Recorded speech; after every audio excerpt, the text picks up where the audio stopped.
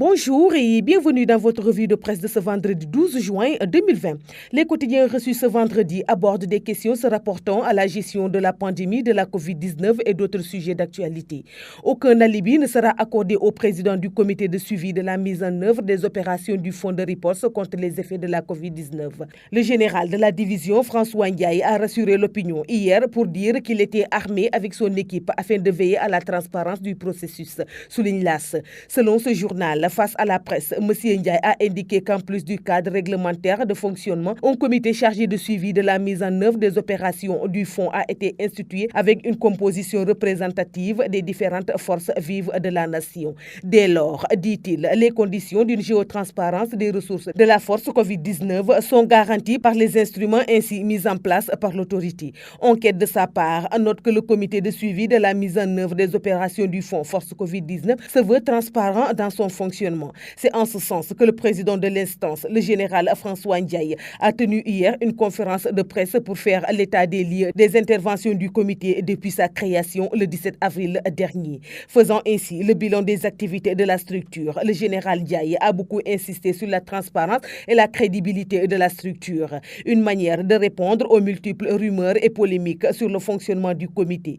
Pour lever toute équivoque, le président du comité a tenu à préciser avec fermeté que toutes les conditions de la transparence sont réunies pour la traçabilité de la gestion du fonds Force Covid-19. Il a ainsi invité les membres du comité à faire preuve de rigueur et d'écouter la population, écrit le journal. Tribune, quant à lui, souligne que le général Ndiaye a brisé le silence sur la question des per diem qui a été agitée au lendemain de l'installation du comité. C'est une formation à verser dans la corbeille des fake news de la pandémie du coronavirus.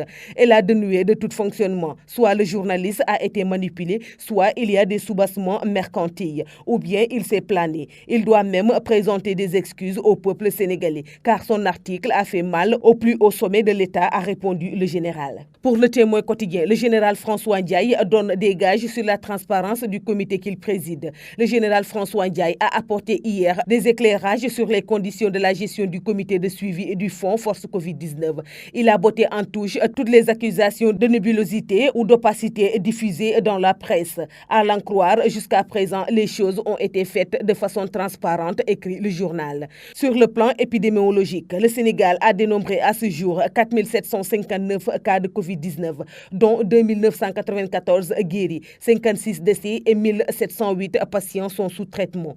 Au sujet de la gestion de la pandémie toujours, l'AS note que le ministre Moustapha Diop se dresse en bouclier de Macky Sall face au flot de critiques visant le chef de l'État dans sa gestion de la pandémie. Le ministre du Développement industriel et des petites et moyennes industries ont monté au créneau pour porter la riposte. Dans une déclaration parvenue à l'AS, Moustapha Diop se dresse en bouclier et lance un appel à l'unité autour de Macky Sall pour un Sénégal émergent en 2035.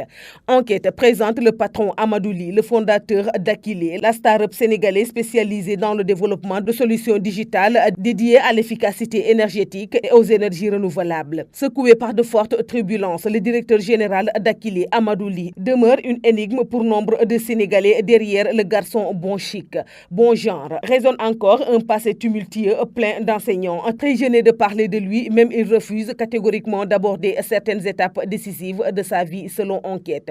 La start-up Akile est au cœur de l'actualité à cause d'un contrat controversé avec la Société nationale d'électricité du Sénégal. Source A, enfin, apporte les preuves irréfutables de la signature de licence de pêche par l'actuel ministre de la Pêche. Quand le ministre de la Pêche et de l'économie maritime fredonne le refrain selon lequel il n'a jamais signé de licence de pêche depuis qu'il a pris le fauteuil de son prédécesseur Aminata Mbengue Ndiaye. Bouchez vos oreilles et circulez, car selon les infos en possession de source A, Alioune Ndoye, qui a dit le 25 avril 2020 n'avoir jamais signé de licence de pêche, a bel et bien opposé sa signature sur au moins 4 licences de pêche en faveur de navires du Fou Yuan Yu. C'était le 17 avril 2020, lit-on dans le journal. C'est tout pour votre revue de presse de ce jour. Merci de nous avoir écoutés. Au revoir.